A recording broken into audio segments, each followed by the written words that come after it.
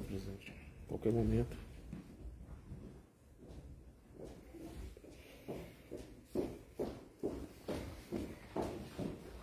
São três vezes aqui. Isso. Instagram, YouTube. Opa, vem. Tá online já, tá bom. Você tá de férias, né? Estou de recesso. Férias? Férias não, recesso. Por quê? Qual é a diferença? É que o servidor escolhe ficar de recesso no Natal ou no Ano Novo. Ah, tá Escolhe. uma folga, né? Tá online aqui. É férias. Vamos então? Posso começar? Pode ser. Pode começar, presidente. Bom dia a todos. Hoje é sexta-feira. Estou com a Elisângela do meu lado aqui, que está de recesso, né? Está de férias. Há um rodízio entre servidores. Quem pega as férias mais próximas do Natal, uma folga mais próxima do Natal, mais próxima do Ano Novo, e vem colaborando conosco aqui. A nossa última live desse ano foi no final de outubro, na quinta-feira. Queria fazer essa live ontem, mas tive problemas técnicos aqui. Então resolvemos fazê-la agora pela manhã. Qual o objetivo dessa live aqui, né? É a última do ano. É prestar contas e depois entrar na questão política atual do nosso Brasil. Que todo mundo sabe que o que está acontecendo. E o que a gente quer com isso aqui? A gente quer mostrar o que fizemos, mesmo com pandemia, com guerra, a crise de falta d'água enorme no ano passado, com praticamente toda a imprensa contra a gente, batendo 24 horas por dia ao longo de 4 anos. Tá? Também certas medidas judiciais contra a gente. Tá?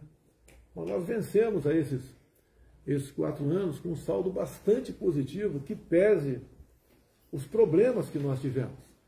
Nenhum chefe de Estado, eu tenho conhecimento aqui no Brasil, enfrentou algo parecido com isso. Se bem que isso foi enfrentado pelo mundo todo, a questão da pandemia e da guerra desse ano lá no outro lado do mundo. Isso influencia na vida de todo mundo. Então todo mundo sofre com isso aí, além das mortes, obviamente, que são irrecuperáveis. Mas vamos lá. Tivemos umas eleições em 2018, tá? Com o segundo turno, nós fomos vitoriosos no segundo turno. Havia uma mobilização enorme, né, a nosso favor. Eu praticamente não fiz campanha de 6 de setembro até final de outubro, porque estava ou hospitalizado ou em convalescença em casa. Ouso dizer que as manifestações de apoio no corrente ano foram superiores àquelas que ocorreram em 2018. Então, fui salvo por um milagre daquela facada e fomos vitoriosos no segundo turno contra o candidato do PT, Haddad. Às vezes eu fico imaginando, né? Podemos imaginar. Se a facada tivesse sido fatal, quem estaria no governo nesses 4 anos? Como estaria o Brasil hoje em dia? E olha só, a facada que eu recebi foi do ex-filiado ao PSOL, que é um partido que é satélite ao PT. E a imprensa não bateu em cima disso. Não levou para a questão ideológica, né? Não falou psolista, petista, de esquerda. Hoje em dia, se uma pessoa aí comete um deslize, um crime, né? Ou faz algo reprovável pela sociedade, ou no que está de acordo com as leis, é bolsonarista. Tá? É bolsonarista. Você lembra, durante a campanha, aquela tragédia lá em Foz do Iguaçu, onde uma pessoa mata a outra. E daí, bolsonarista, né? Eu tive aqui em Brasília com um dos familiares, conversamos sobre o episódio, lamentável sobre todos os aspectos, nada justifica o que aconteceu ali.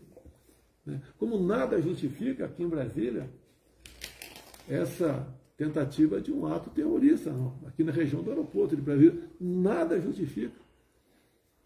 Um elemento que foi pego, graças a Deus, né, com ideias que não coadunam com nenhum cidadão. Agora, massifica em cima do cara com bolsonarista o tempo todo. É a maneira da imprensa tratar. Uma imprensa que lá atrás falava tanto em liberdade de expressão, e hoje aplaude quando alguém é preso por ter falado alguma coisa, ter duvidado de alguma coisa. Essa falta de liberdade que nós estamos vivendo no dia de hoje prejudica a democracia. Tá? E isso daí, no futuro, se continuar, vai pegar todo mundo. Nós sempre lutamos por democracia, por liberdade, por respeito às leis, respeito à Constituição. Né? Eu passei 4 anos, além de trabalhar, obviamente, juntamente com os meus ministros, mostrando a importância da liberdade para a democracia. O oxigênio da democracia é a liberdade, em toda a sua plenitude. E a gente vê, a gente não precisa de mais leis. Está o artigo 220 da Constituição que fala claramente o que é a liberdade de expressão. Infelizmente, né, alguns aí não entendem o que é isso. Milhões outros, tá? Aplaudem até quando alguém pede a sua liberdade.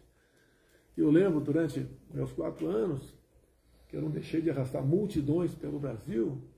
Não foram só motocicletas, não, foram encontros também. De vez em quando um chegava no canto, mas presidente, a liberdade é igual o sol, está aí brilhando para todo mundo. Hoje o pessoal vê que realmente a liberdade é algo importantíssimo. Eu vejo hoje uma nação que está com medo de mandar um zap, de tecer um comentário, mandar um emoji, a discutir algum assunto. Como nós fomos proibidos de discutir a questão da Covid. Você não podia falar sobre Covid, tudo era... Não existe comprovação científica. Até a liberdade dos médicos foram tolhidas. O médico não é que tem o direito, não. Ele tem o dever de buscar salvar a vida do próximo ou diminuir a sua dor. E ele foi tolhido disso por ocasião da Covid, que lamentavelmente no Brasil matou aí mais de 600 mil pessoas. Nós fizemos a nossa parte, né, quando foi possível e passou a ter a vacina no mercado, porque em 2020 não tinha vacina, nós compramos mais de 500 milhões de doses, tomou quem quis, não obrigamos ninguém a tomar vacina. Hoje em dia também, se você falar de vacina, né, falar de um estudo de fora do Brasil, você corre risco de ser bloqueado e responder o processo. Eu, o ano passado, ou melhor, em 2020, li um trecho da revista Exame, que falava sobre Covid e HIV. Eu li 2 linhas da revista Exame, estou sendo processado, estou sendo tratado como um criminoso. A revista que mostrou isso daí. Meu ajudante de ordem é a mesma coisa. Meu ajudante de ordem não traz nada para mim, não me desinforma em nada, muito pelo contrário, colabora. Está sendo processado também. Hoje em dia, se você falar em urna, você também tem problema sério. Se você for parlamentar, pode perder seu mandato. Como o Francisquini perdeu, deputado estadual lá do Paraná. As nossas liberdades estão sendo tolhidas. Nós temos que lutar contra isso. Cada um fazer a sua parte, é uma luta do povo brasileiro. De discutir as questões que, discutindo, você aperfeiçoa. E não existe nada perfeito. Tudo pode ser melhorado. Então, falar algumas coisas rapidamente aqui sobre o nosso governo, que fez, que não foi divulgado pela grande mídia, depois entrar na questão atual política brasileira. Rapidamente. Carteira de habilitação, 5 para 10 anos. Fiéis, atendemos por volta de 1 milhão de garotos que tinham dívidas, que eram impagáveis para a grande maioria deles. Olha o ressurgimento do marco ferroviário do Brasil.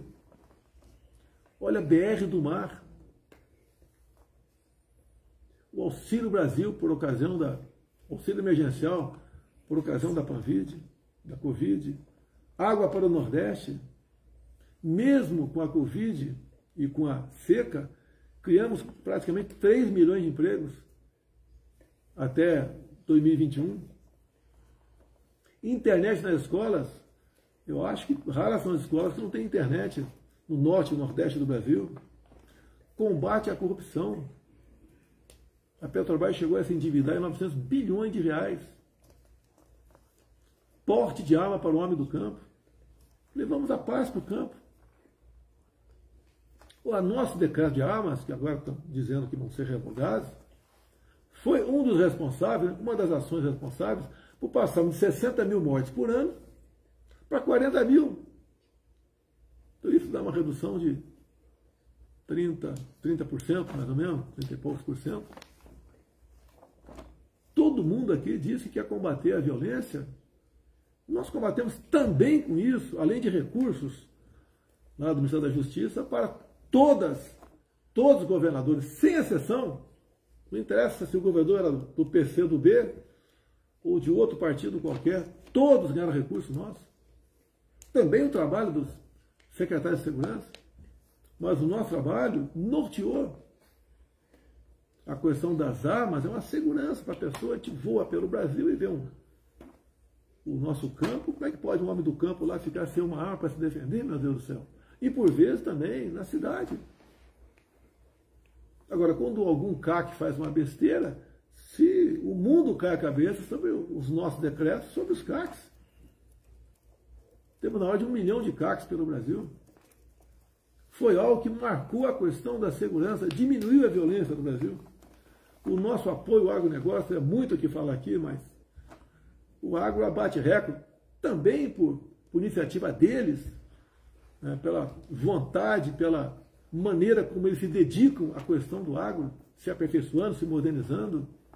O agro é praticamente independente hoje em dia, precisava apenas de um governo que não atrapalhasse, e nós não atrapalhamos. Olha a questão do MST. Raras foram invasões de terra no meu governo. Agora já estão botando as manguinhas de fora, né? E já temos visto invasões pelo Brasil. E como é que nós seguramos o pessoal do MST? Não foi pela força, foi titulando. Demos 420 mil títulos para o pessoal que estava ali em assentamentos, que era a massa, a força do MST. A desoneração da folha para 17 categorias pelo Brasil. Que nós, quanto mais diminuímos impostos, né, ou desoneramos, nós arrecadamos mais. Nós diminuímos em 1/3 o IPI de 4 mil produtos. Isentamos ou diminuímos os impostos de importação de alguns poucos produtos, mas fizemos isso e passamos a arrecadar mais. Mantivemos a política de isenção de IPI de táxi, entramos aí, táxis deficientes, colocamos aí, agregamos os deficientes auditivos. Olha a nossa lei de liberdade econômica, ela é bastante extensa. A facilidade que uma pessoa tem para abrir um negócio no seu município, a facilidade para conseguir o alvará, que às vezes demorava meses, até anos e não saía. As nossas estatais, privatizamos várias estatais pequenas, mas privatizamos. A Eletrobras foi a maior. Não davam lucro muito pequeno, ou deficitários, passaram a dar lucro. Ano passado, se não me engano, foi 180 bilhões de reais. Olha Itaipu Binacional, fazendo obras. Foi inaugurada agora, antes do Natal, a segunda ponte com o Paraguai. Uma ponte com 490 metros de vão. Está em execução outra ponte lá de Porto Murtinho. Nossas estatais. Olha os Correios, que era um festival de desmanche e corrupção, e agora está com caixa bilionário. Até mesmo a questão do turismo. A Embratur tinha dívidas quando nós assumimos. A Embratur agora tem 200 milhões em caixa. Avançamos nossa entrada na OCDE. Temos mais um colégio militar em São Paulo, são 14 agora. Temos mais de 100 colégios cívicos militares pelo Brasil, onde os pais lutam para botar seus filhos lá. A violência, o consumo de drogas e outras coisas entre esses jovens diminuiu assustadoramente.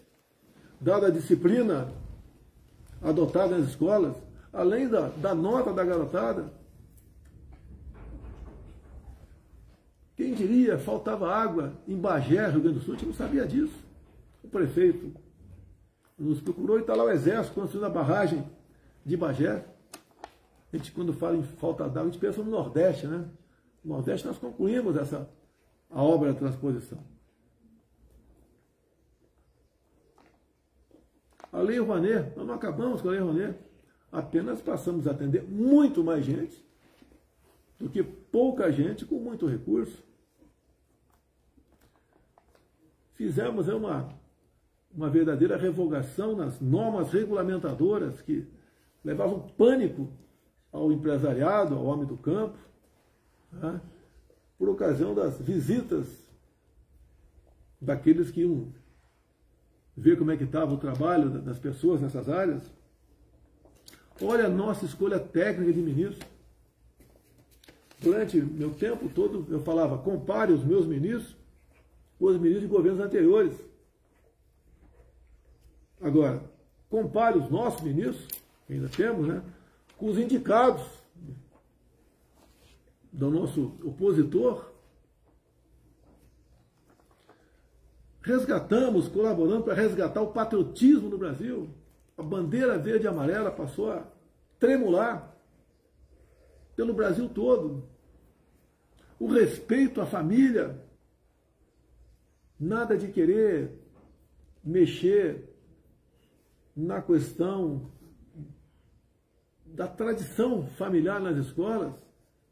Deixa aquela garota, quando atingir a maioridade, escolher o seu destino. Nós respeitamos e buscamos ali cada vez mais respeitar a criança em sala de aula. Olha a prova de vida para os idosos. Hoje o idoso não tem que sair de casa sem sua prova de vida. 33% de reajuste no piso da educação.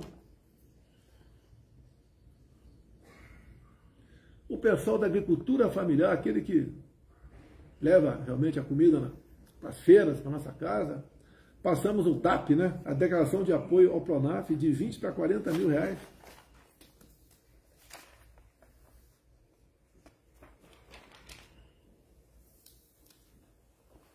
Domamos a inflação, o mundo todo vinha sofrendo com a inflação, nós domamos a inflação, tivemos 3 meses de deflação no Brasil, junto com o parlamento e não na canetada, zeramos os impostos federais de combustíveis, botamos um teto no ICMS, com o Imposto Estadual de Combustíveis, hoje ainda temos a gasolina, em média, R$5 em todo o Brasil, chegou na casa dos R$8.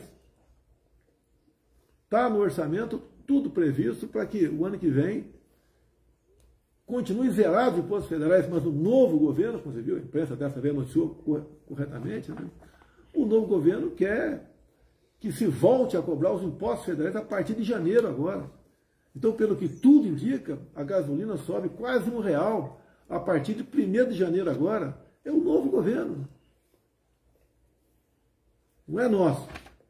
Nós tínhamos acertado isso aí. Porque, como disse a vocês, quanto mais a gente abre mão de impostos, mais nós arrecadamos. Quem entende um pouco de economia, né? Parece que a curva de Laffer estava no retrovisor distante. Nós trouxemos para perto e deixamos na nossa frente. Também vai aumentar o diesel, o gás de cozinha.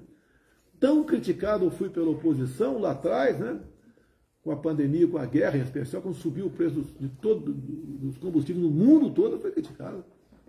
E quando a gente consegue domar isso aí, não pela canetada, mas com o parlamento, vem agora o novo governo aí dizendo que vai cobrar os impostos federais a partir de 1º de janeiro.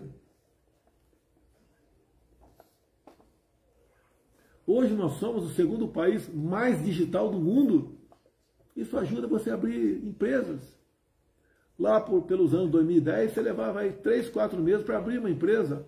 Hoje a média está abaixo de 24 horas. É um governo que trabalhou. Voltamos a ser a 10ª economia do mundo. Isso ajuda na criação de empregos. A informalidade praticamente voltou. o que era antes da pandemia. Estamos deixando R$1 trilhão em investimentos privados para infraestrutura. Está bastante avançado as eólicas lá na costa do Nordeste, aquelas torres com pás enormes, né, para gerar energia. O potencial é o equivalente a 50 Itaipus. O Nordeste será reindustrializado se esse projeto for levado avante. Se aqui dentro se tiver responsabilidade fiscal, se respeitar a economia, tivermos gente séria para mobiliar os ministérios.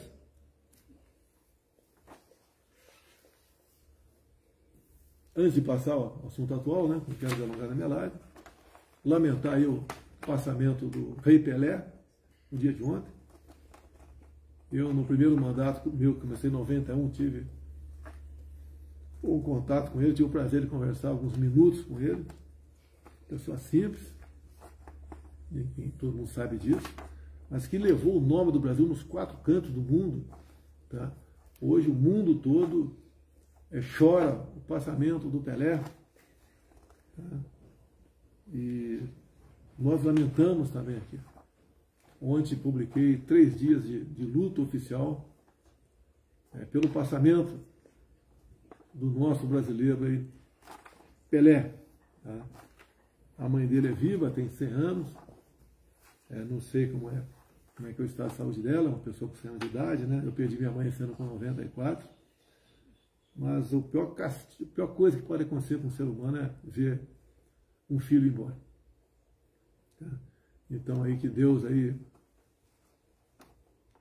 conforte os familiares, os amigos, nós todos brasileiros com esse passamento, e que Deus, na sua infinita bondade, o acolha nos reinos do céu. Vamos lá? Vou dar rápido agora, a segunda parte, né, da live. Como eu disse aqui, o voto você vê pelas ruas. Quem já disputou a eleição ou acompanhou a eleição, quem não leva povo para as ruas não tem voto. Pô, nós levamos multidões para as ruas. Não só fisicamente ali, pessoas na frente. Nunca gastamos R$1, um ônibus para trazer quem quer que seja para esses movimentos. Então, motocicletas, não sei quantas, 200, 300 mil em São Paulo. Fizemos umas quase 30 motocicletas pelo Brasil. Sem custo zero para nós, o povo voluntário, acreditando na gente. Movemos multidões pelo Brasil. Multidões. As esperanças, né, de vitória eram palpáveis. Veio o programa eleitoral gratuito, fomos massacrados com mentiras da outra parte, como vai acabar com o 13º, não vai ter mais hora extra. Acusações absurdas. Lá a questão das rádios também, tinha mais espaço para um candidato do que para outro.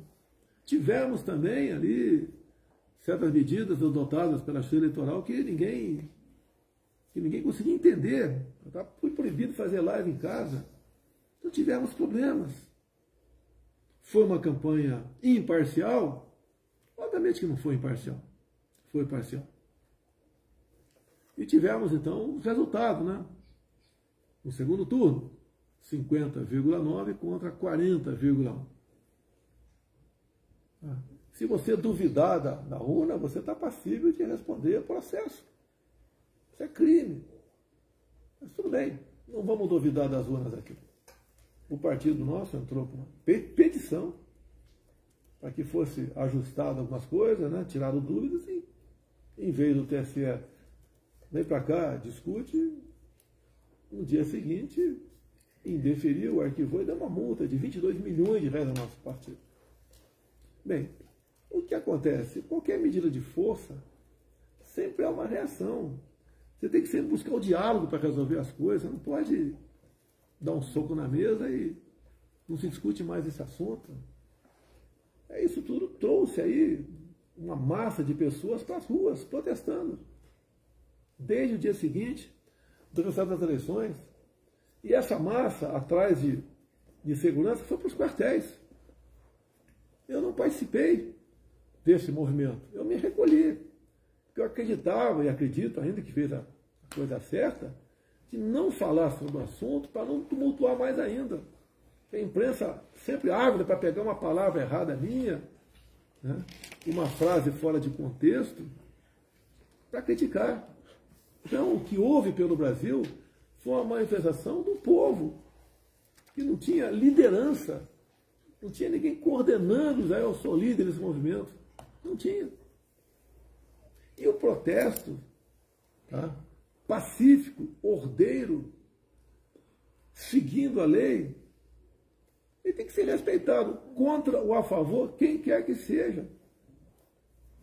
Aqui em Brasília, que eu fiquei 28 anos no parlamento, que eu via manifestações violentas aqui, por parte da esquerda, já vi os black blocs, vi marchas mais variadas possíveis, vi o MST invadindo prédios públicos em Brasília. Nunca isso foi taxado de atos antidemocráticos, nunca. Tudo que é feito pela esquerda é bacana. Até surge um movimento aí de bairros invadindo supermercados. A manchete do jornal é: famílias vão a supermercados atrás de cesta básica. Por lado de cá o tempo todo. Atos antidemocráticos. Até de terroristas são chamados. Não é porque um elemento que passou por lá fez besteira, todo mundo tem que ser aí acusado disso. Mas vamos lá. Hoje são 30 de novembro. Exato. De dezembro está prevista a posse agora dia 1º de dezembro. 1º de janeiro. Eu busquei, dentro das 4 linhas, dentro das leis, respeitando a Constituição, saída para isso aí. Se tinha uma alternativa para isso, se a gente podia questionar alguma coisa ou não questionar alguma coisa, tudo dentro das 4 linhas. E sei que tem muita gente que me critica quando eu falo 4 linhas, mas eu não saí ao longo de 4 anos de mandato meu das 4 linhas. Porque ou vivemos a democracia ou não vivemos. Ninguém quer uma aventura. Agora, muitas vezes, né, dentro até das 4 linhas, você tem que ter apoios. Alguns acham que eu pega a bica, assine, faça isso, faça aquilo. Está tudo resolvido. E repito, em nenhum momento fui procurado para fazer nada de errado, violentando seja o que for. Eu entendo que eu fiz a minha parte. Estou fazendo até hoje a minha parte. Hoje são 30 de dezembro. Até hoje eu fiz a minha parte dentro das 4 linhas. Agora, certas medidas têm que ter apoio do parlamento, de alguns do Supremo, de outros órgãos, de outras instituições. A gente não pode acusar apenas um lado, né? Ou acusar a mim, você que quer resolver o assunto. Por vezes, você pode até ter razão, né? Mas o caminho não é fácil. O que eu vejo desse governo que está previsto assumir domingo aí? Tá? É um governo que começa capenga, já com muitas reações. A gente vê gente que votou por lá de lá e se arrependeu, dado o que está acontecendo. Vimos pessoas, como economista, Emílio Fraga, né? Eu votei por convicção, agora estou com medo. Outras pessoas falaram algo parecido, pessoas de nome. Parte da população que votou também. Outros não, outros estão achando que está no caminho certo. Eu não quero aqui mudar a cabeça de ninguém no tocante a isso aí. E nós somos responsáveis pelos nossos atos. Né? As nossas decisões não marcam, por vezes, não é só você a vida toda, marca um país a vida toda. Vocês estão vendo quem deve comparecer aqui domingo, lá na presidência, por ocasião da posse. O nome de chefe de Estado aqui da nossa região.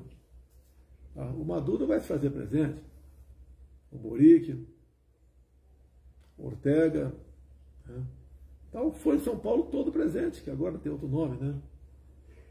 Grupo de Puebla. Né? Isso é um mau sinal. onde esse pessoal, com essa ideologia, assumiu, o seu país ficou pior. E nós não queremos o Brasil piorando. Temos que respeitar as nossas leis, a nossa Constituição, sim, temos que respeitar. Mas podemos reagir. Podemos não.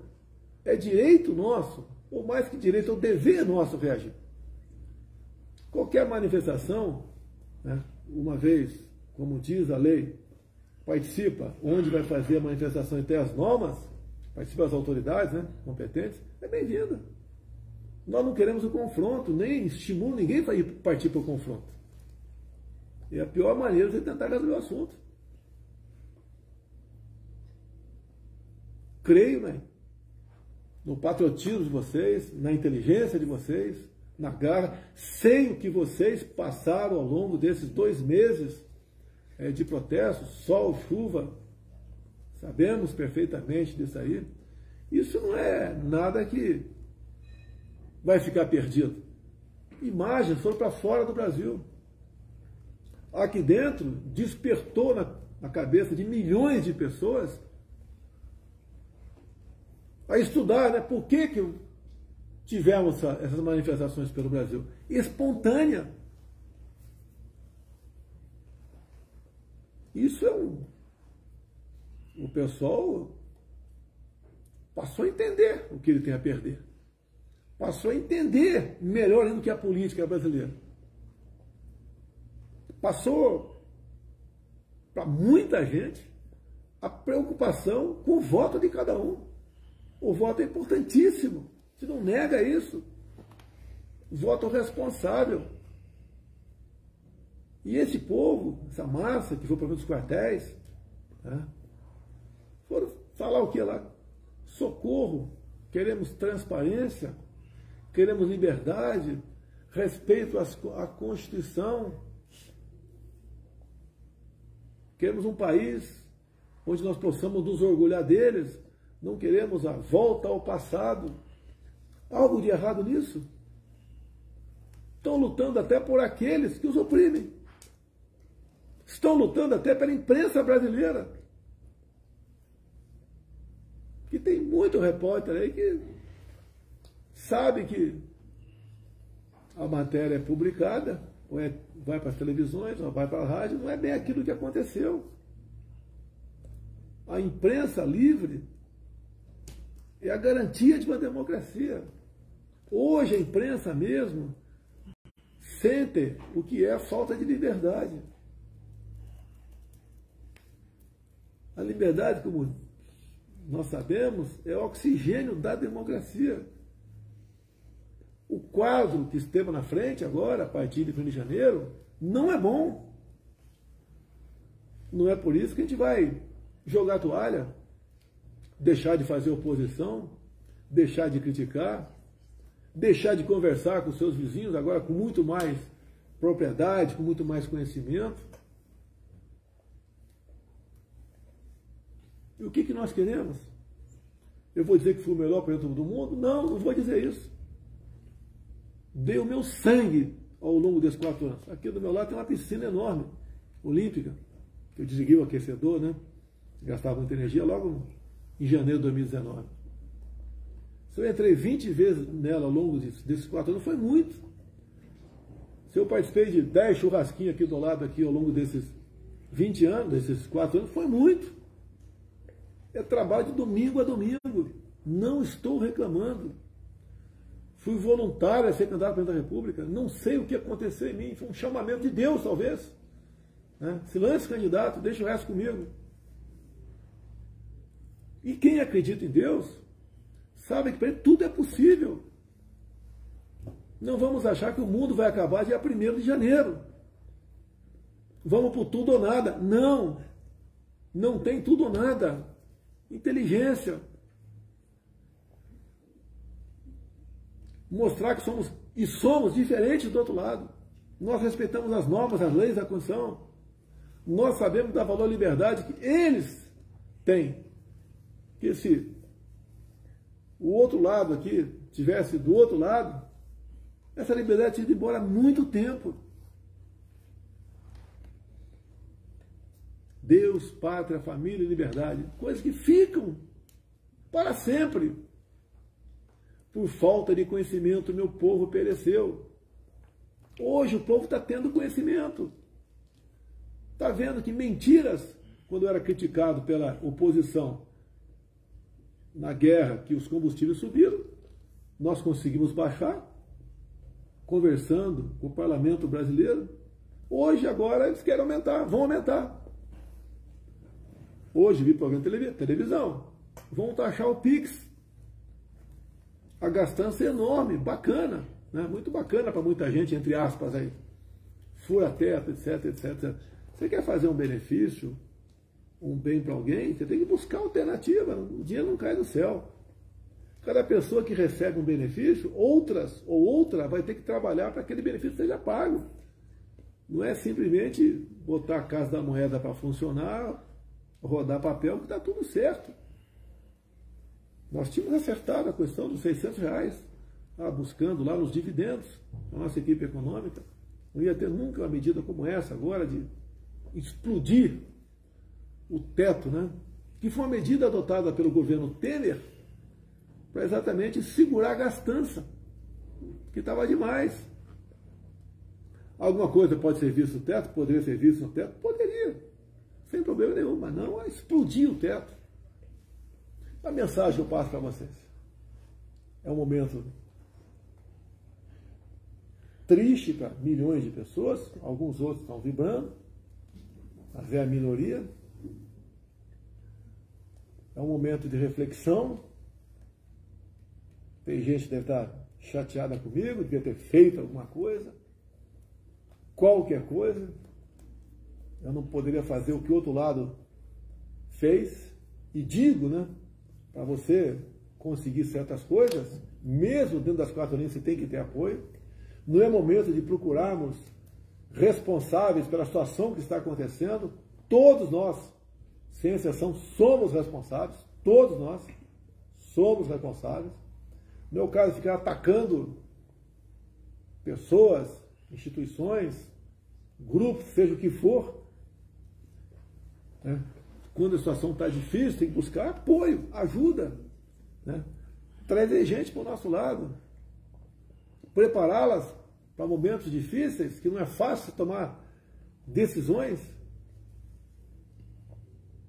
Eu, quantas vezes perguntei, né? Meu Deus, o que eu fiz para merecer tudo isso que passei ao longo de 4 anos?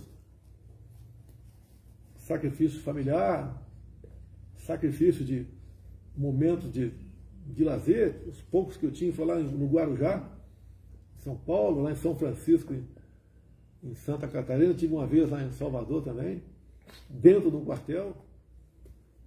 Passei a dar uma volta de jet ski, conversar com o povo na praia, sempre muito bem recebido, de moto também, parar inopinadamente, ou de helicóptero inopinadamente. Me sentia feliz com isso, mas é um relaxamento controlado, vamos assim dizer. Mas não estou reclamando disso não. Obrigado, meu Deus, por esse momento. Repito, se a facada tivesse sido fatal em 2018, como estaria o Brasil hoje? Você consegue entender isso daí? Foi a mão de Deus que me salvou. Foi também a mão dele que me elegeu. Dou minha vida pela pátria. Mas muita coisa, certas coisas, a decisão não é apenas tua. A decisão de mais setores, mais gente. E não apenas um setor, uma instituição, como a gente vê muitas críticas que acontecem por aí. E nós não podemos fazer o que o outro lado sempre fez. À margem de tudo, em cima de um vale tudo. Não está perdido. O Brasil é um país fantástico. O país tem tudo. Mais do que tudo, tem um povo cuja grande maioria tem o entendimento dos problemas que nós estamos vivendo. O Brasil não vai se acabar dia 1º de janeiro. Não vai se acabar 1º de janeiro, o nosso Brasil.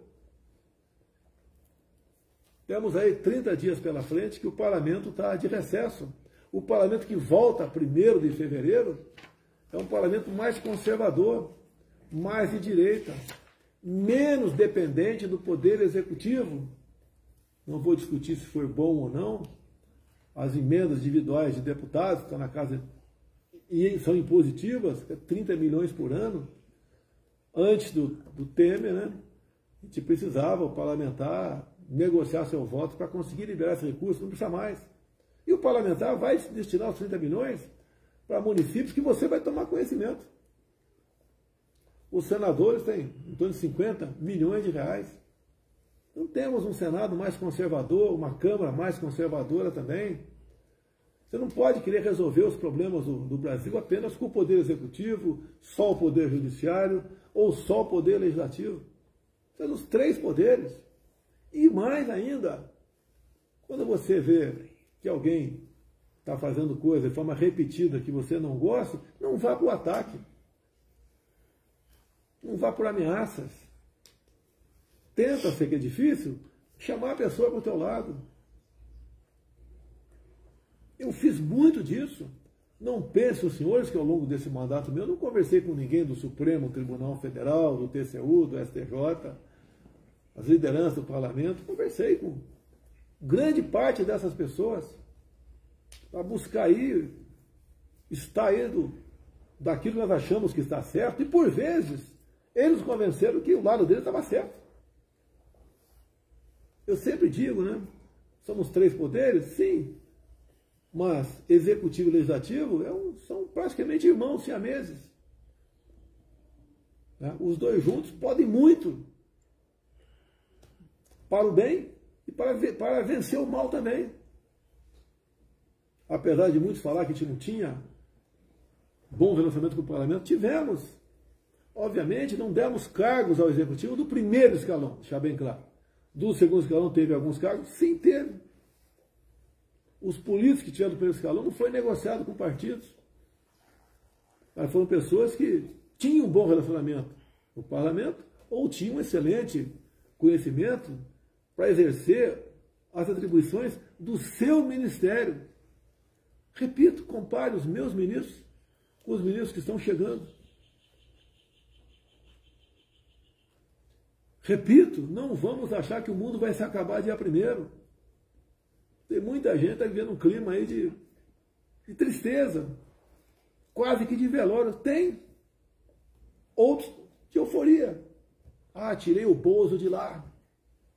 Nem viu um ex-líder de partido, né? O meu trabalho não era fazer aquela letra, né? Era tirar o B. Tá, tirou o B. E agora? Por muitas vezes, não tem o melhor para você, mas tem aquela que está mais próxima de você. E a alternativa não é simplesmente rifar todo mundo. Eu acho que falei bastante aqui. Tem uma observação aqui. Estamos com um recorde aqui, né? Facebook, Instagram, YouTube, 840 mil pessoas assistindo. Como é que estão os comentários aí? Não precisa falar não, dá um positivo ou negativo aí. Tá?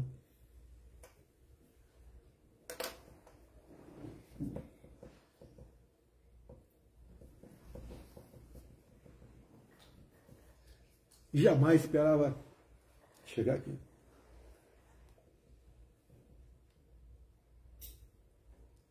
Se cheguei aqui, teve um propósito. No mínimo, atrasar 4 anos do nosso Brasil aí,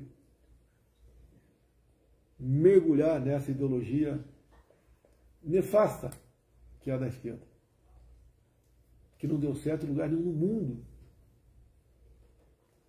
Não vai ser o Brasil em primeiro lugar a dar certo. Se cheguei, teve um propósito.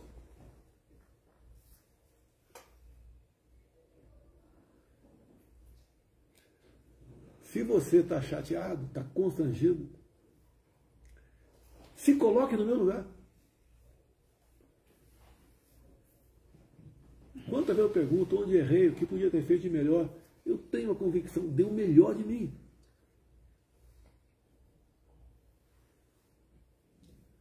sacrifício de quem dos que estavam ao meu lado, em especial minha esposa.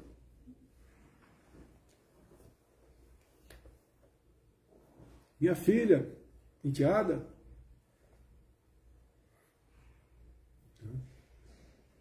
E vocês também sofreram. Sofrem agora. Algum deve estar me criticando, devia ter feito isso, feito aquilo. Você pode até ter tido razão. Mas eu não posso fazer algo que não seja bem feito e assim os efeitos colaterais não sejam danosos demais. Tudo hoje em dia não é questão de um país, que um país faz, tem reflexo no mundo todo. Você pode perguntar, né? E aí, Rússia e Ucrânia? Não temos nada a ver com isso. Ah, por que não? Olha os reflexos. Vamos lá negociar, antes da guerra, com o presidente Putin, a questão dos fertilizantes. Se não tivesse feito isso, poderia, né, vou dizer que ia acontecer, não termos o devido fornecimento de fertilizantes para nós. Como é que estaria a nossa economia rural? O que se produz no campo? Não é só o agro, não. Tem pessoal que critica o agro, né? O agro é para rico, não sei o quê. Não, o óleo de soja vem de lá, pessoal. Tem a agricultura familiar por lá de cá. Mas se você abrir mão disso, vai faltar comida no mundo. Nós alimentamos mais de 1 bilhão de pessoas ao redor do mundo. Íamos ter problema de alimento no Brasil. Os preços iam para o espaço. Poderíamos estar vivendo fome aqui agora. E não ia ter auxílio emergencial, Bolsa Família, Auxílio Brasil, que desse conta do recado. E quando falta água no mercado, o preço sobe. Não adianta dizer qual regime você vive. Fomos lá negociar. Dei a minha vida por essa pátria. Fiz tudo pelo Brasil. Tenha consciência disso.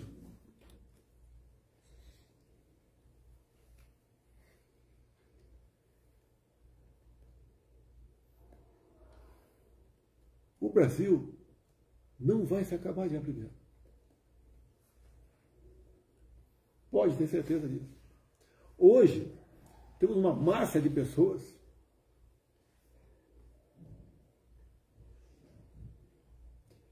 que passaram a entender melhor de política. Passaram a dar valor nas coisas que ela achava que não corriam risco nenhum. E corre risco. O bem vai vencer. Temos lideranças por todo o Brasil. Jovens que nem entraram na política, mas são líderes de 14, 15 anos de idade.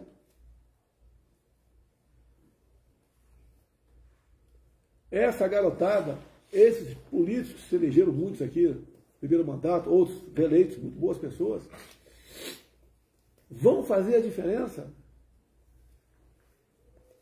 Aqueles que